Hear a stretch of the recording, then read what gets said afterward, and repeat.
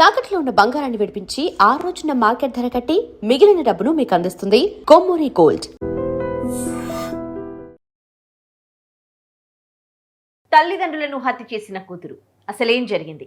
కంటికి రెప్పలా కాపాడి ఉన్నత చదువులు చదివించిన తల్లిదండ్రులను ఓ కన్న కూతురే అత్యంత కిరాతకంగా హతమార్చింది. తన ప్రేమ వివాహానికి అడ్డుపడుతున్నారనే కక్షతో నవమాసాలు మోసిన తల్లి లక్ష్మి, అడిగిందల్లా ఇచ్చి పెంచిన తండ్రి దశరథంలను మత్తు ఇంజెక్షన్ ఇచ్చి చంపేసింది. ప్రేమ మత్తులో పెంచిన ప్రేమను మర్చిపోయిన ఈ నర్స్ చేసిన ఉదంతం 6 నెలల క్రితం రాష్ట్ర వ్యాప్తంగా కలకలం రేపిన సంగతి తెలిసిందే. దీంతో ఆమెను జైలుకు తరలించారు.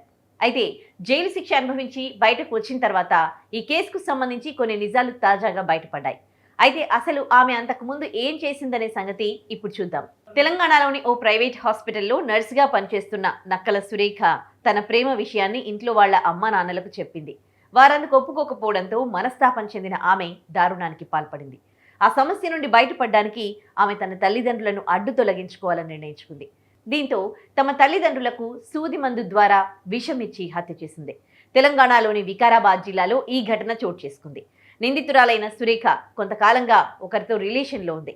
తాను ప్రేమించిన అబ్బాయినే పెళ్లి చేసుకోవాలనుకుంది.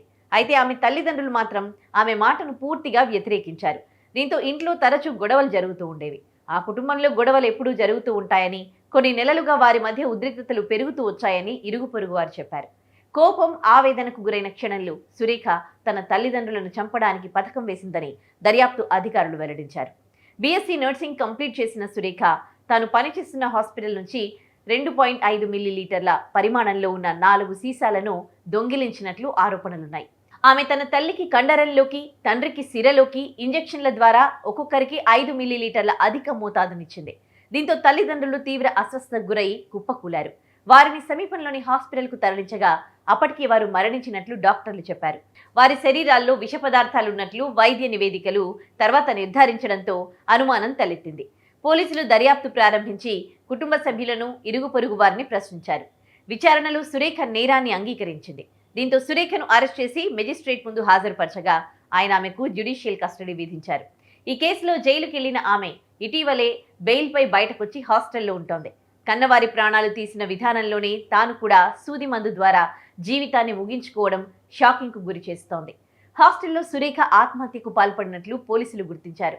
తల్లిదండ్రుల ప్రాణాలు తీసిన ఆమె అదే విధానంలో తన జీవితాన్ని కూడా ముగించుకోవడం తీవ్ర విషాదాన్ని నింపింది. సురేఖ ఆత్మహత్య చేసుకున్న విషయాన్ని సంగారెడ్డి పోలీసులు కుటుంబ సభ్యులకు సమాచారం అందించారు. ఈ ఘటనపై పోలీసులు దర్యాప్తు ప్రారంభించారు. ఆమె ఆత్మహత్యకు అసలు కారణాలు ఏంటి, జైలు నుంచి బెయిల్పై వచ్చిన తర్వాత ఆమె మానసిక పరిస్థితి ఎలా ఉంది అనే అంశాలపై పోలీసులు ఆరా తీస్తున్నారు. తల్లిదండ్రుల హత్య కేసులో జైలు శిక్ష అనుభవించి ఇటీవలే బయటకొచ్చిన సురేఖ ఇలా తన జీవితాన్ని కూడా అర్ధాంతరంగా ముగించుకోవడం స్థానికంగా తీవ్ర చర్చనీయాంశంగా మారింది. సురేఖ మృతికి సంబంధించిన పూర్తి వివరాలు పోలీసుల దర్యాప్తులో తెలియాల్సి ఉంది.